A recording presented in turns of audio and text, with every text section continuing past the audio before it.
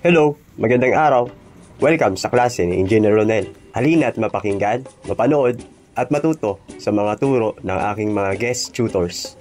Tara, pasok ka sa klase ko.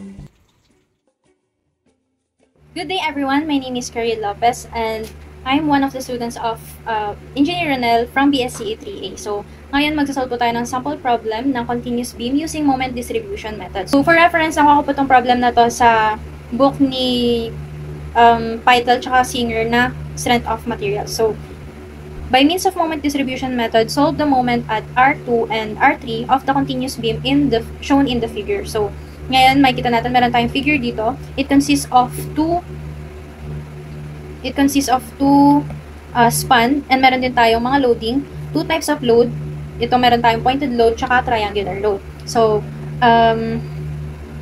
proceed tayo sa pagkuha ng K natin. So, sa pagkuha ng K, since hinge tong nandito, ang formula natin dyan is K is equals to 3I over 4L. So, since yung I natin is hindi naman given, so, let's just assume na constant yun. And para meron tayong makuha numerical value ng wala ng variable na I, isa-set na lang natin yung I natin dun sa least common multiple ng length natin. So, meron tayong dalawang span na may length na 12 and 10. And ang LCM ng 12 and 10 is 60. So, we will let I is equal to 60. So, 60 na lang yung value ng I natin. So, for the K ng span AB, we have 3 times 60 over 4 times 12. We have here 3.75. Tapos, sa K naman ng BA natin, span BA, anyway, this is A, B, C, and D. Sa K ng BA natin, ay BC. Bakit BA? Sa K ng BC natin, we have 3 times 60 over 4 times 10. So, we have here 4.5. Ngayon naman, mag-proceed tayo sa pagkuha ng distribution factor. So, we have DF is equal to K over summation of K. Ayan, so, para sa distribution factor ng AB natin, we have 3.75 over 3.75 plus 4.5. So, we have here 5 over 11. And sa distribution factor naman ng BC, meron lang tayo itong 4.5 over summation ng 3.75 plus 4.5. We have here 6 over 11. So, nasa sa inyo kung gagamitin yung decimal or yung fraction na lang. Ang mahalaga ay mag-i-equal siya sa 1. Ngayon, ang gagamitin ko na lang is yung fraction para mas accurate yung makuha nating sagot. Ngayon, tapos na tayo sa distribution factor. Proceed tayo sa fixed end moment. So,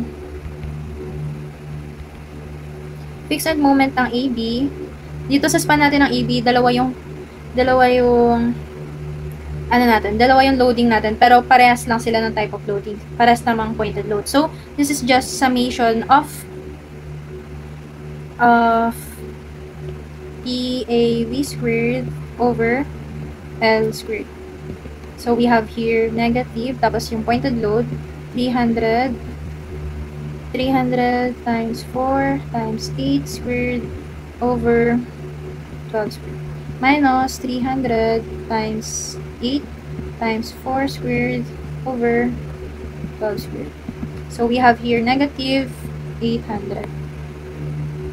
For fixed end moment naman, ng BA, we have, ngayon din, summation lang din, since symmetrical sila, magbabago lang yung sign. Magiging positive lang dito.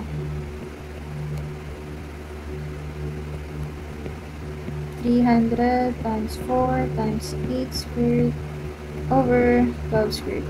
Minus, ay plus pala, 300 times 8 times 4 squared over 12 squared. So, 800 pa rin. This time, positive naman. So, sa fixed end moment naman, anyway, yung sign pa, ay, yung unit pala nila. Ayan. So, sa fixed end moment naman, ng BC, we have, so, kung mapapansin nyo, yung nahagip lang ng span natin is hanggang dito. Ayan. Hanggang dyan lang.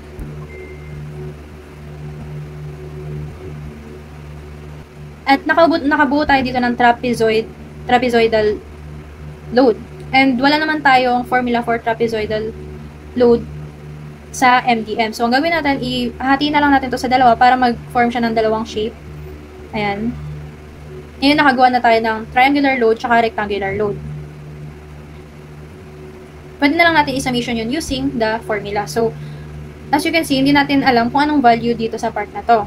So, kukunin natin yan using proportion. So, 135 over 18 is equals to x over 8. So, x is equals to 135 over 18 times 8.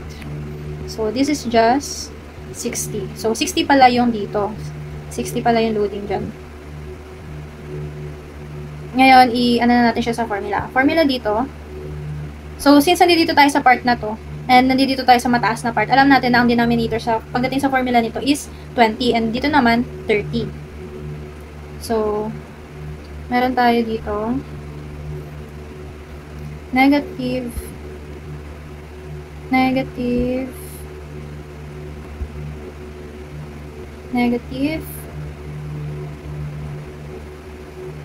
over 20 minus L squared over 12 naman dito. So, we have here, ito, ginakuha natin, 135 minus 60 dun sa triangular tama. So, negative 75 over, times yung L pala. 10 squared times 20. Minus, yung kanina nakuha natin, times 10 squared over 12 naman. So, we have here negative 875. Ayan. So, proceed tayo sa FEM naman ng CB. So, dito naman tayo sa part na to. So, ganun lang din naman halos yung formula. Ang kaibahan lang, positive na dito. Tsaka, katulad sabi ko kanina, 30 na dito sa denominator. So, we have here 75 times 10 squared over 30 plus 60 times 10 squared over 12. So, we have here positive 750 pound-feet. Ayan. Ngayon, proceed tayo sa FEM ng CD. So, kung makikita nyo, hindi siya sakop ng, wala siyang reaction dito. Ngayon, hindi siya matuturing na span, since ang span is napapagitaan lang ng dalawang reaction. So, paano natin kukunin yung fixed end moment niya? Hindi naman siya kasama sa formula. So sa paggawa ng fixed end moment ng mga ganitong member, ang gagawin lang natin is kung paano tayo kumuha ng moment. So, dito, ang formula natin, area times moment area. So, we have negative 60, yung kanina nakuha natin na value dito sa part na to, times 8 over 2 times yung moment arm, 8 over 3. So, we have negative 640. Ayan. Ngayon natapos na tayo sa mga fixed end moment. Wait lang, i-highlight lang natin.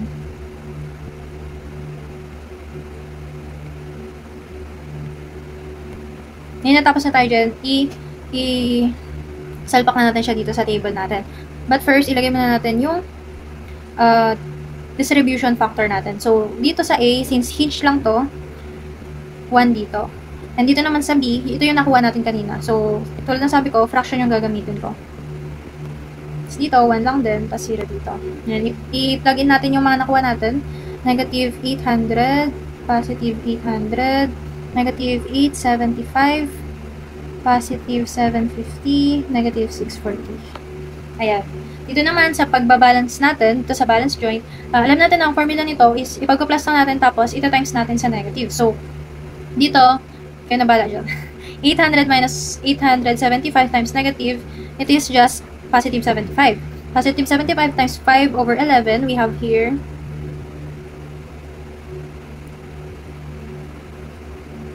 34, positive yan, 34.09.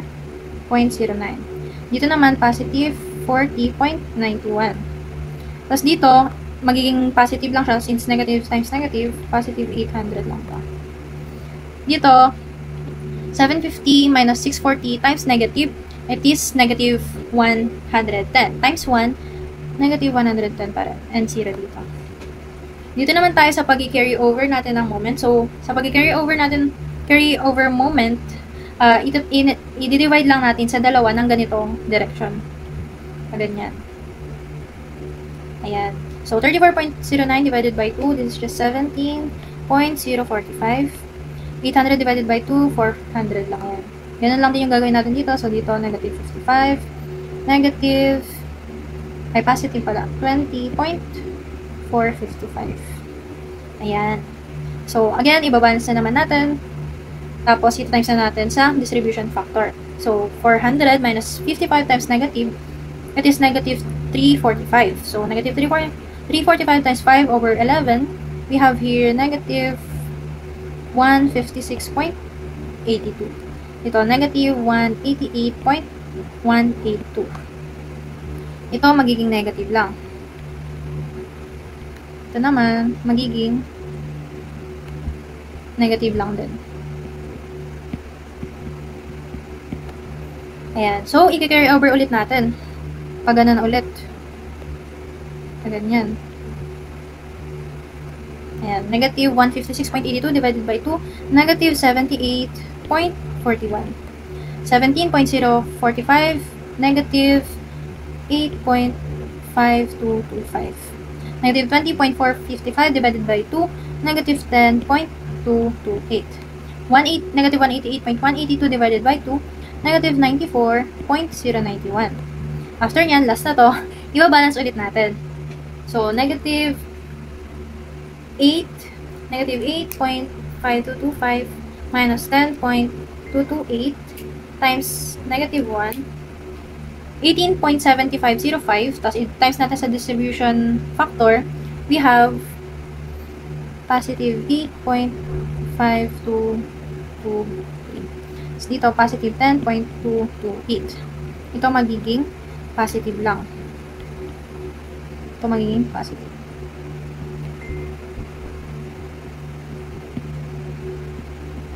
Ayan. So, since medyo magkalapit naman na tong dalawang to, pwede na natin yung i-summation para makuha natin yung final moments. So, ito, nag-cancelan lang sila. Ayan, nag-cancel-cancelan. 0 lang to. Dito naman, 800 plus 34.09 plus 400 minus 156.82 minus 8.5225 plus 8.52230. We have here 1,077.271. Tapos dito naman, negative 875 plus 40.91 minus 55 minus 188.182 minus 10.228 plus 10.228. We have here negative 1,077.272. Tapos dito, cancel lang to.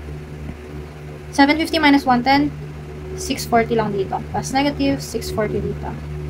Ayan. Ayan na yung pinaka-final moments natin. So, ito for practicality, since sobrang liit na lang ng difference nila, i-round off na lang natin sila sa full number. So, we have here 1,078, negative 1,078. Ayan. So, i-finalize na natin yung answer natin. Yung tinatanong kanina is yung moment sa R2 tsaka R3. So, yan yung moment sa B tsaka moment sa C. So, we have here, yung nakuha natin, negative 1,078 pound feet. So, dito naman, negative 640 pound feet. So, ayan lang yung final answer natin So, ito lang yung procedure ng pagkuha ng moments gamit yung moment distribution method. So, ito yung solution natin. Ayan. Una, kinuha muna natin yung K, tapos distribution factor, tapos yung fixed end moment, pinlog in sa table, tapos binalance, tapos kinary over, and then sinamation. So, ito na yung final answer natin. Ayan. So, i-finalize lang natin yung sagot natin. So, yung sa tinatanong, yung moment sa R2, yan lang din yung moment natin sa B. We have here negative 1,078. And dun sa moment sa R2, yan yung moment natin sa C. So, this is just negative 640 pound-feet. Ayan. So, ito na yung final answer natin, guys. Ayan. So, ayan lang po yung pagsasolve gamit yung moment distribution method. So, una, kukunin natin yung K, kukunin natin yung distribution factor, yung fixed end moment, and then puproceed tayo sa table. Ipa-plug in natin sa table, ibabalance natin, i-carry over, and then isa-summation. And makukuha na natin yung final answer sa moment na later on magagamit natin sa pagkuha ng reaction. So, ayun lang guys. Thank you for listening. Sana marami kayong natutunan.